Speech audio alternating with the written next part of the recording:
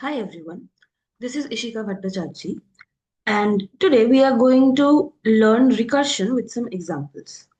For the basic understanding, we know that recursion is when a function calls itself to solve smaller parts of a problem.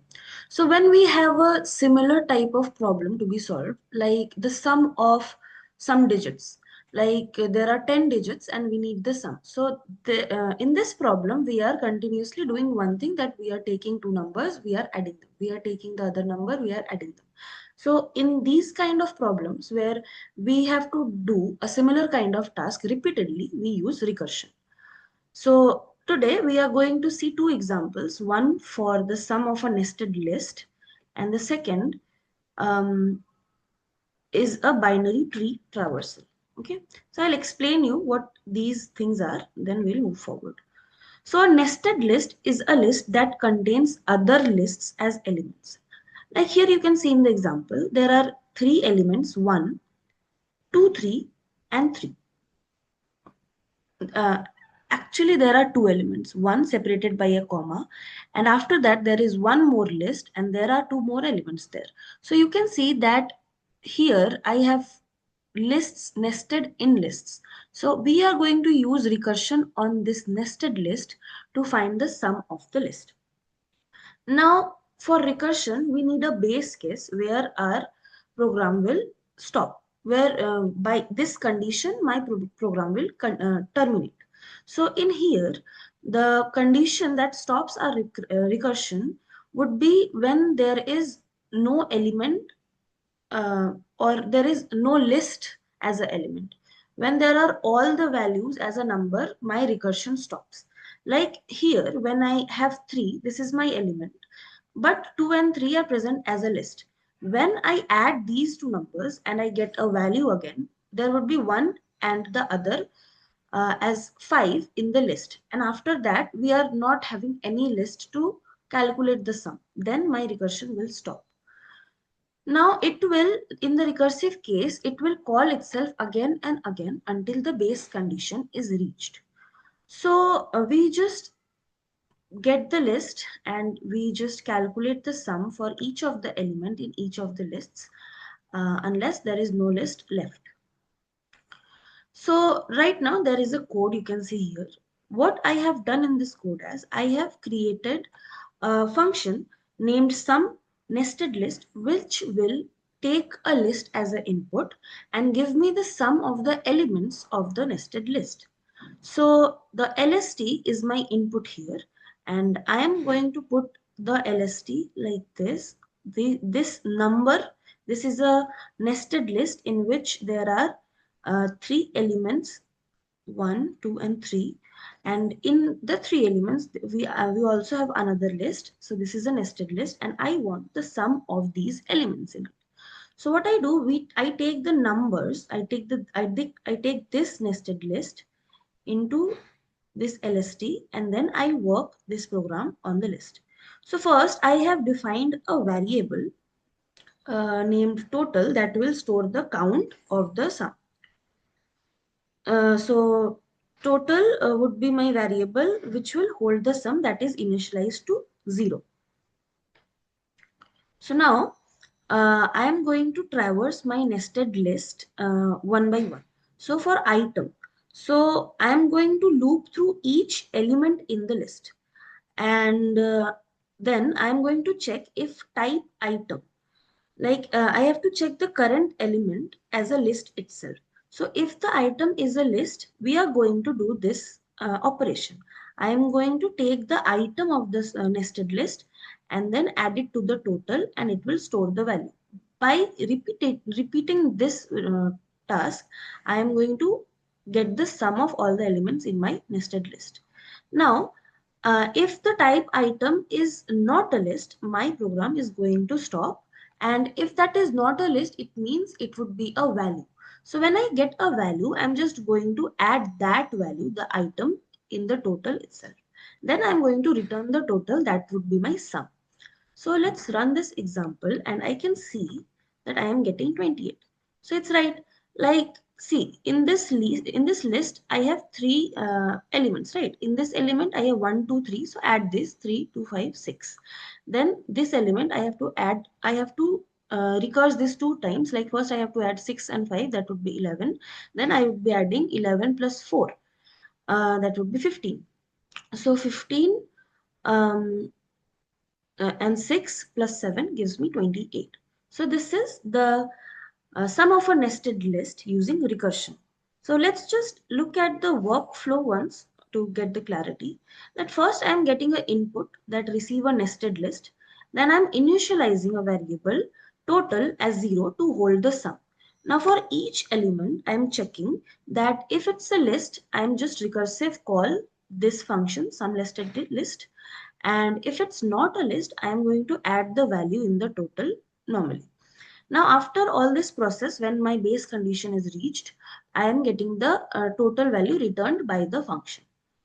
And whenever a non-numeric element appears like a string or something, it will give a type error. Okay. Now let's move into binary tree traversal. But first, let me explain what a binary tree is. So like list, binary tree or trees are a type of data structures.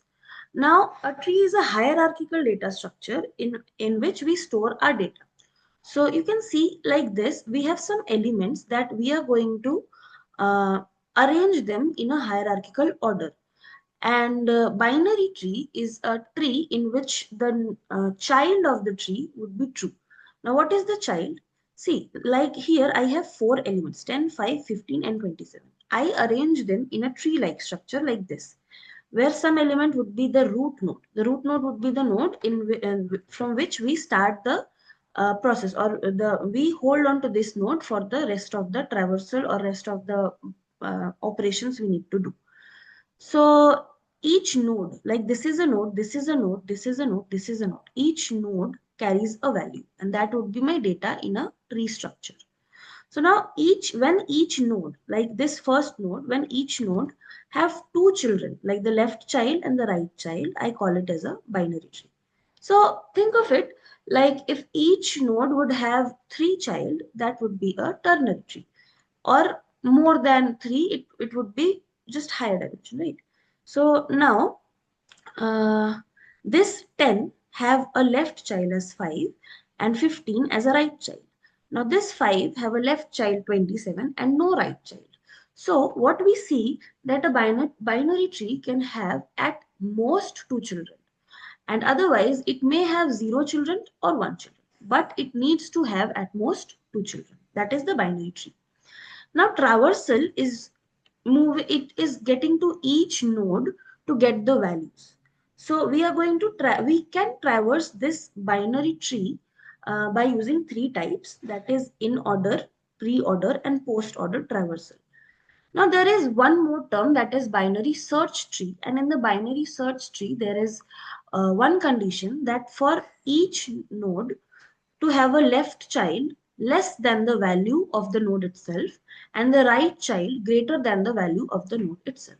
So you can see that the left subtree of 10 would have values always less than the value 10, and the right subtree would always have the value um, greater than the value of the node itself.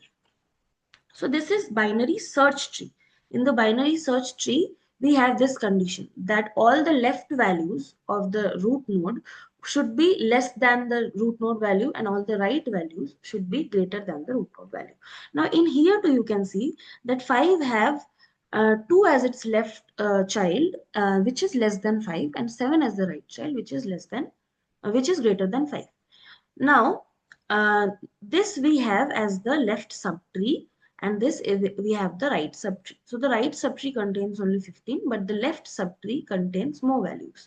So we are going to apply recursion again and again to get to the root node and get the sum of the binary tree. So now what we can see, sorry, we need to traverse the binary tree. I'm getting the orders. So let's now discuss about the ordering. So here is a definition that traversal is a process of visiting all nodes in a tree in a specific order. So I'm going to discuss about the specific order.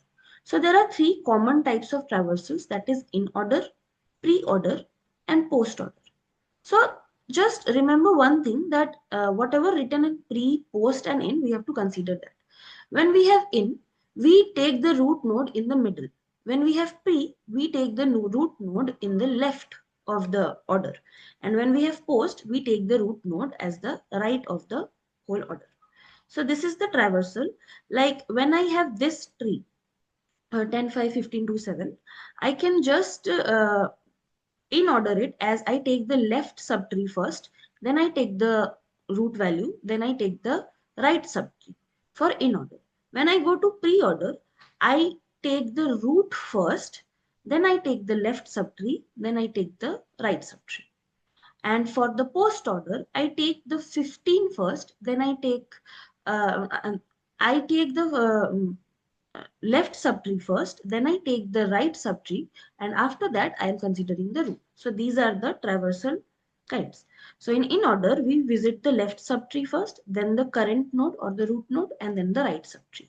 In pre-order, we visit the current node first, then the left subtree, and then the right subtree. And in post-order, we visit the left subtree first, then visit the right subtree, and then visit the current node at last. So here I have just taken a nested list in the form of a binary tree. Here you can see that 10 would be my root node, then it would be 5, and on the 5 the left side would be 2, and the rest of the values are none. Like this value uh, uh, is going to be none. And after that, I'm going to take 7. 7 would be my right child of 5.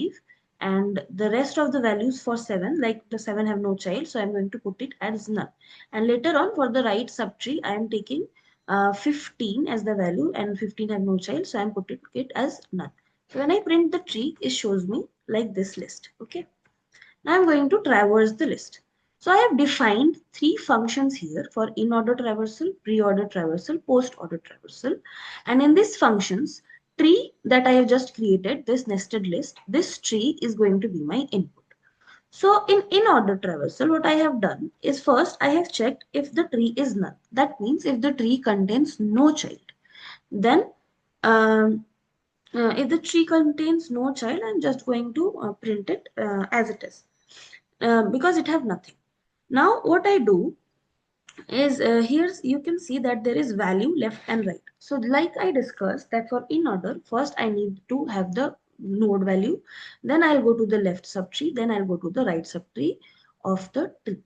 So so here when I'm getting the so first I'm going to get the left subtree. So here the in order left will consider the left subtree of the tree, and then it will recurse on that like this. Here I take the left subtree as 5, 2 and 7, but here also we have more subtrees, so again we use recursion and get the 2. Now here you have no subtrees or anything, you just have a value 2, so the 2 would be in the first position. Then uh, my left is done, then I'll go to the root, I'll write 5 next, and then I'll write the 7. Now this part is done, so we get back to the root. So left subtree is done, then we just write the value 10, and after that we'll again recurse the right subtree. Since there is only one element, so I'll simply write 15. So this is how my in order is working. See, first in order to the left, if there is a subtree, it will perform recursion again, and then it will just simply print the value of the current node from which we are checking, and then again it will use recursion to print the to in order traverse the right subtree. Now, in the similar manner, I have defined the pre-order and post-order functions also for pre-order and post-order traversal. Now, this is my tree. I am going to take this tree as an input, and my uh, uh, traversal would be just shown. So in order traversal gave me 2, 5, 7, 10, 50. See one thing, that in a BST, when we perform in order traversal, we get a sorted list. So binary search tree is helpful in sorting lists. Now when we have pre-order traversal, I get 10, first the root value, the current node, then I will get this value. So in this value again recursion happens. So we are getting 5. After 5 I'm going to get the right value, the left value, and then the right value. Thus my uh, list would be 10, 5, 2, 7, and 15. So let's check it. 10, 5, 2, 7, and 15. And similar for post order. So let's just discuss the workflow. As first, I am going to define the node class for the BST structure. So, think of it like I'm just giving the node some values and it's some rooted class. Here I have taken a simple example of a list, but I can take this tree by creating every node also. After that, we are building the tree by linking the nodes, and then we are choosing the traversal order. You can make it menu driven also, like if you just want the in order traversal, you can put it in a menu driven code like that. You can try it yourself. And then each traversal is recursive. We get to the root node, then the subtree. If the subtree have more values, then we are going to use recursion again. If it have more subtrees, we are going to recursion again and again. This will save our time and my program would be more efficient. So the recursion unwinds automatically after the leaf nodes. So yeah, the base condition would be when my whole tree is traversed, when I get the leaf nodes, my recursion would be stopped. So this is two examples that we use by using recursion. We can have more examples also. So that's it for today. Thank you so much.